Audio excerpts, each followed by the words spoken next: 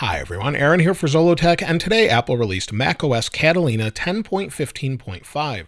This came in at 3.37 gigabytes on my 2019 16-inch MacBook Pro that I'm recording from now, but it will vary depending on the device you have, but expect it to be over 3 gigabytes. Now this particular update adds a few new features as well as bug fixes and a lot of security fixes. So let's take a look at the new features now, and then we'll go over the bug fixes next. Now the first new feature has to do with MacBooks, or devices that actually have batteries inside of them.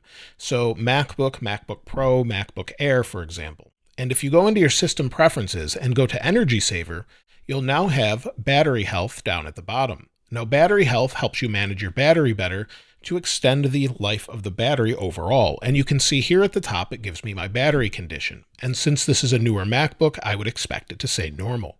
Now, if it's older, it will let you know if you need to replace it or not. And as you can see here, it says Mac batteries, like all rechargeable batteries, are consumable components that become less effective as they age.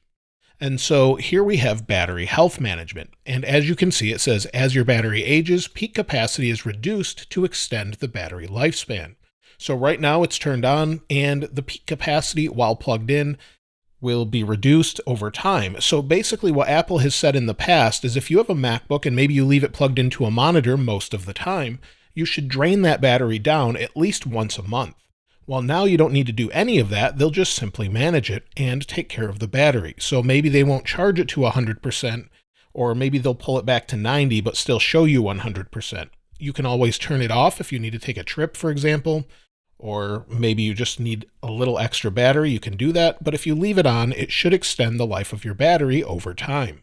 Now they've added some additions to FaceTime similar to iOS 13.5. So if we go into FaceTime, and under FaceTime, if we go up to FaceTime and then Preferences, under Preferences down toward the bottom, you'll see that we now have automatic prominence. Now if you've ever used a group FaceTime call, you'll know that whoever is speaking kind of comes closer to you as you're speaking to them. And so it senses whose voice is speaking and then enlarges that photo or that video of them. And if you don't want that to happen, maybe you have a large FaceTime call with 10 people plus, and you don't want that to keep zooming in and out, well, you can turn that off by unchecking speaking. So you'll see it says during group FaceTime calls, the tile of the person speaking will automatically become larger. And so if you like that, leave it on, but you now have the option to turn it off. Now the next update is specific to displays, and more specific to Pro Display XDR. If you have Apple's very expensive external monitor, the 6K monitor, you can adjust color profiles now to more suit what you're trying to do. So for example, it gives you the ability to fine-tune the calibration to whatever you want. So you could adjust the white point and the luminance to precisely match what you're trying to see, or maybe you have a monitor next to it. And so you can see here I have some different display profiles. So if I was plugged into my external display, I have a couple profiles here that will color calibrate them since I've calibrated them in the past. So now you'll have that ability on the Pro Display XDR with different profiles. And so as far as new features, that's what's in this particular update. On top of that, there are a ton of bug fixes. Now, I would not expect anything new until this coming June or so with WWDC.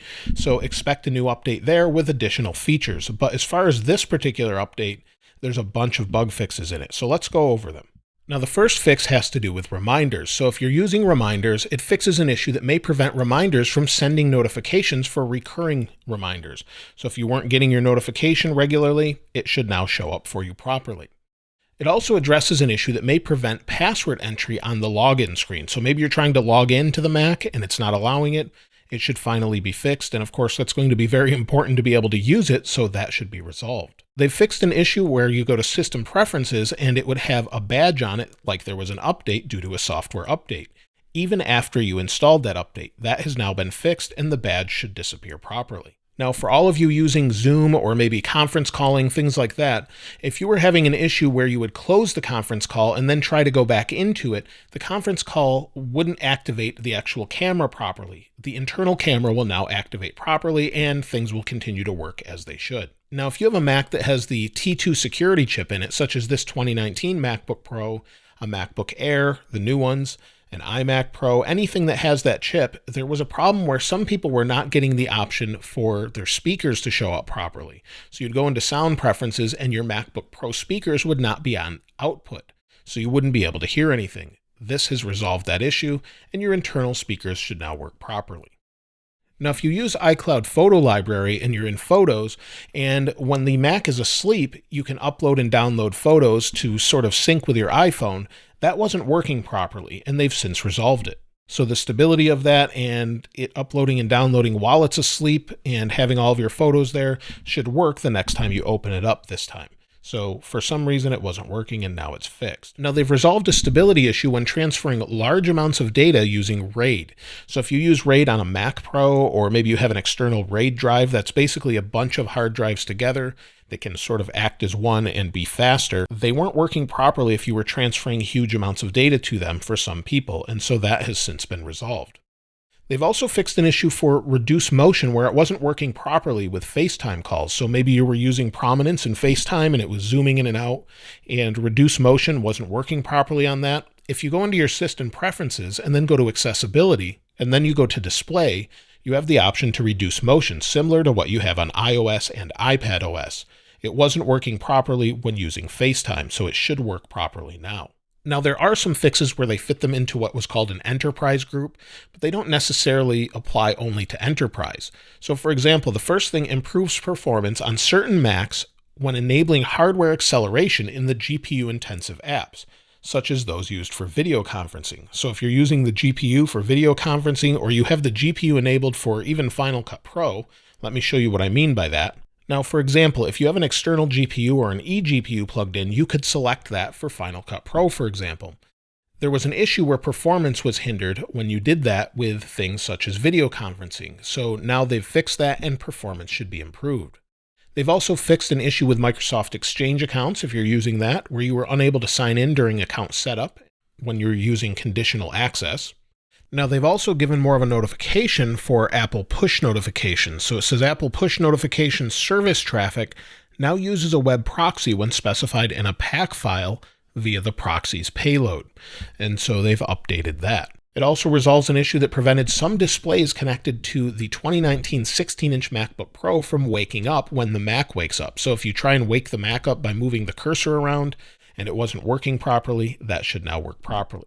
Then finally, major new releases of macOS are no longer hidden when using the software update command if you have the ignore flag turned on. So that should be working properly now. And then finally, the changes are also affected in macOS Mojave and macOS High Sierra after installing Secure It. Now, there are 45 security updates that apply not only to macOS Catalina, but also macOS Mojave and macOS High Sierra, and cover everything from accounts, as you can see there, to calendar, to kernel, and many other things as well. So if you want to take a look at this, I'll link this in the description. This is just a public page from Apple, and you can check out the CVE number and who helped them out as far as this particular security update and what it affects specifically. So if you want to read each one of these, for Bluetooth, for example, it fixed a malicious application that may be able to determine the kernel memory layout.